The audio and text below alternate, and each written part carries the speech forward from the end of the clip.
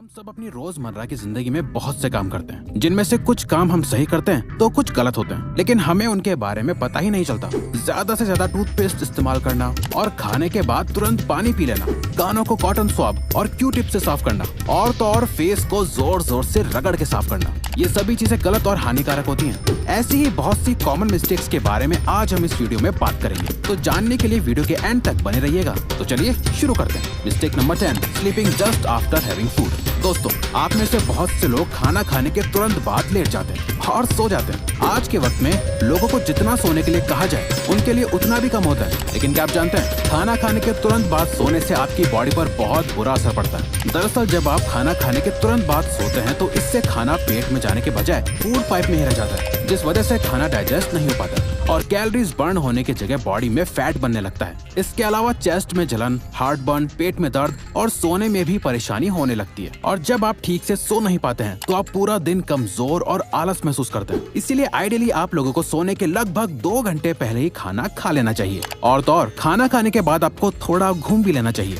जिससे खाना जल्दी डाइजेस्ट हो पाए। Mistake number 9, sharing makeup brushes and razors. Sharing is caring वाला कोट तो आप लोगों ने बहुत बार सुना होगा, लेकिन हर चीज को शेयर करना आपके लिए बहुत नुकसानदायक साबित हो सकता है। जैसे लोग अक्सर एक दूसरे के मेकअप इस्तेमाल कर लेते हैं, लेकिन क्या आप जानते हैं ऐसा करने से आपको अलग अलग इन्फेक्शंस हो सकते हैं। असल में दोस्तों, हमने आपको पहले भी एक वीडियो में बताया था कि फेस और आईलैशेस पर पैरासाइट्स होते हैं, और जब आप एक दूसरे का मेकअप इस्तेमाल करते हैं तो ये पैरासाइट्स आपकी आंखों और फेस के अंदर जाकर इन्फेक्शन कर सकते हैं, जिससे आपको बहुत सी सीरियस प्रॉब्लम्स हो सकती हैं।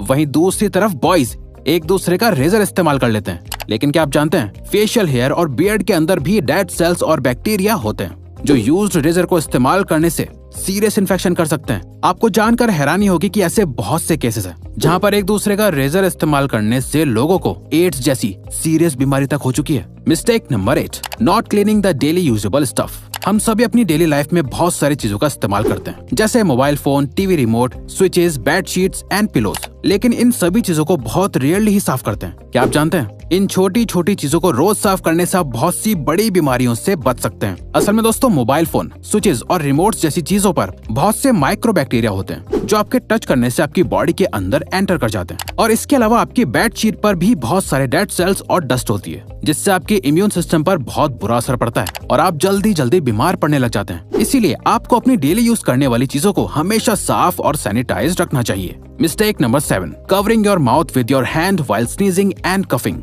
आपने अक्सर लोगों को कहते हुए सुना होगा कि खांसते और छींकते वक्त हमेशा अपने फेस को ढक लेना चाहिए, लेकिन क्या आपको फेस को सही ढंग से ढकने का तरीका पता है? दोस्तों, आपको कभी भी खांसते और छींकते वक्त अपने हाथों से फेस को कवर नहीं करना चाहिए। असल में दोस्तों, जब आप खांसते या छींकते हैं तो बहुत से जर्म्स आपकी बॉडी से बाहर निकल जाते हैं, और जब आप इस दौरान फेस को हाथों से कवर कर लेते हैं तो वो हार्मफुल जर्म्स आपके हाथों पर आ जाते हैं, तो जाने अनजाने में वो जर्म्स आपके हाथों से वापस आपके शरीर में एंटर कर जाते हैं। इसीलिए दोस्तों, आपको हमेशा खांसते और छींकते वक्त हाथों की जगह एक साफ टिश्यू पेपर का इस्तेमाल करना चाहिए, जिससे आप तुरंत डिस्पोज कर सकें। एक बार इस्तेमाल करे हुए टिश्यू को भी आपको बार बार इस्तेमाल नहीं करना चाहिए। मिस्टेक नंबर 6, आज के मॉडर्न जमाने में बड़े नेल्स रखना और उन पर आर्ट करवाना फैशन बन गया है। इसके साथ साथ ही कुछ लोग ऐसे भी होते हैं जो अपने नेल्स को दांतों से चबा लेते हैं। लेकिन दोस्तों, क्या आप जानते हैं नेल्स को काटने के बाद जितना इम्पोर्टेंट हाथों को धोना होता है, उतना ही इम्पोर्टेंट नेल्स को ट्रिम करना भी होता है। असल में दोस्तों, नेल्स में एक गुलाबी हिस्सा होता है जिसमें बहुत सी नर्व्स होती हैं, और साथ ही ये नर्व्स बहुत सेंसिटिव होती हैं, और जब ये नर्व किसी हार्ड सरफेस के टच में आती हैं तो बहुत ज्यादा पेन और ब्लीडिंग हो सकती है। इसीलिए नेल्स को काटने के बाद ट्रिम करना बहुत इम्पोर्टेंट होता है। तो दोस्तों, अगली बार अपने नेल्स को काटने के बाद ट्रिम करना ना भूलें। Mistake number 5, drinking water just after having food.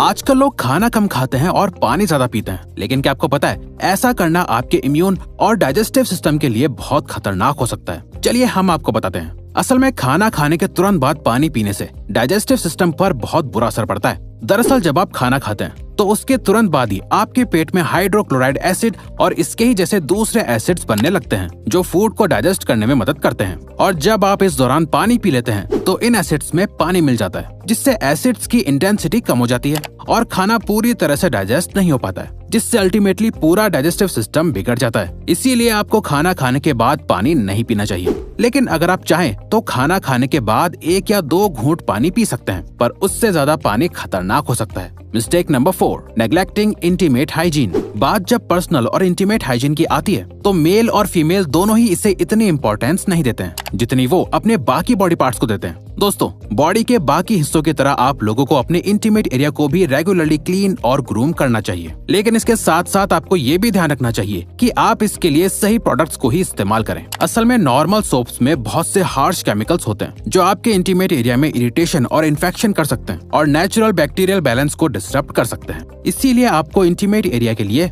Specially made product इस्तेमाल करना चाहिए और किसी भी तरह की इंटीमेट प्रॉब्लम को नेग्लेक्ट नहीं करना चाहिए।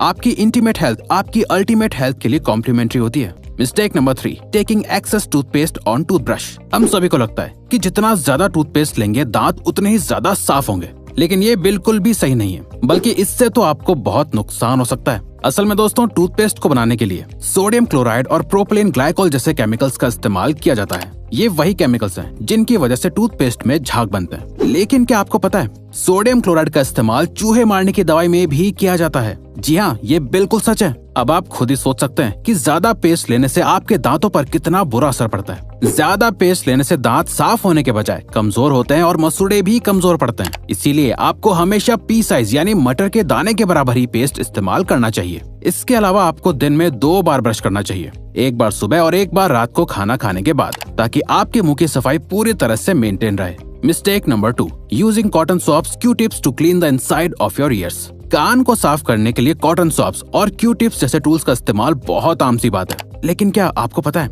इन चीजों का इस्तेमाल आपके कान के लिए बहुत खतरनाक साबित हो सकता है। कान हमारे 5 सेंस ऑर्गन्स में से एक ऑर्गन होता है जो बॉडी का बहुत ही नाजुक हिस्सा होता है। दरअसल दोस्तों, कान की इनर कैविटी बहुत ही नाजुक होती है जो कॉटन स्वॉप्स और क्यू टिप्स जैसी शार्प चीजों से डैमेज हो सकती है। इसके अलावा क्यू टिप्स असल में वैक्स को कान के अंदर और ज्यादा पुश कर देती है, जिससे अल्टीमेटली ईयर ड्रम के डैमेज होने के चांसेस बढ़ जाते हैं और आप अपनी सुनने की शक्ति खो सकते हैं। इसीलिए अगर आप अपने कान को साफ करना भी चाहते हैं तो इन टूल से आपको सिर्फ अपने कान के आउटर हिस्से को साफ करना चाहिए। कान के अंदर की डीप सफाई तो आपको किसी प्रोफेशनल डॉक्टर से ही करवानी चाहिए, या फिर अगर आप खुद भी अपना कान साफ करना चाहते हैं तो इससे पहले कान साफ करने के सारे इंस्ट्रक्शन समझ लें ताकि आपको कोई नुकसान न पहुंचे। Mistake number 1, cleaning face in the wrong way. दोस्तों, हर काम को करने का एक तरीका होता है, चाहे वो अच्छी राइटिंग करना हो या फिर अपने चेहरे को साफ करना ही क्यों ना हो। तो दोस्तों, क्या आपको चेहरा साफ करने का सही तरीका पता है? चलिए हम आपको बताते हैं। आपको कभी भी अपने फेस को जोर से रगड़कर साफ नहीं करना चाहिए। फेस की स्किन बॉडी की स्किन से ज्यादा सेंसिटिव और पतली होती है, और जब आप इस सेंसिटिव स्किन को रगड़ते हैं तो इससे स्किन के फटने और सेल्स के मरने के चांसेस बढ़ जाते हैं, जिसका रिजल्ट डल और रफ स्किन होती है। इसीलिए आपको हमेशा अपनी स्किन को सही से डैब डैब करके साफ करना चाहिए। ऐसे करने से स्किन पर रैशेज नहीं होते हैं और ना ही रिंकल्स पड़ते हैं। दोस्तों, इन छोटी छोटी चीजों को ध्यान में रखकर आप भी अपने फेस को बेहतर बना सकते हैं। आई होप आपको वीडियो अच्छी और यूजफुल लगी होगी। तो दोस्तों, अब अगर आपको ये वीडियो अच्छी लगी और आप आगे भी ऐसी ही अमेजिंग वीडियोस देखना चाहते हैं तो प्लीज हमारे चैनल को सब्सक्राइब करके ऑल नोटिफिकेशन बेल को ऑन कर दो, ताकि हमारी फ्यूचर वीडियोस का नोटिफिकेशन सबसे पहले आपके पास आए। So till then, keep learning, keep growing.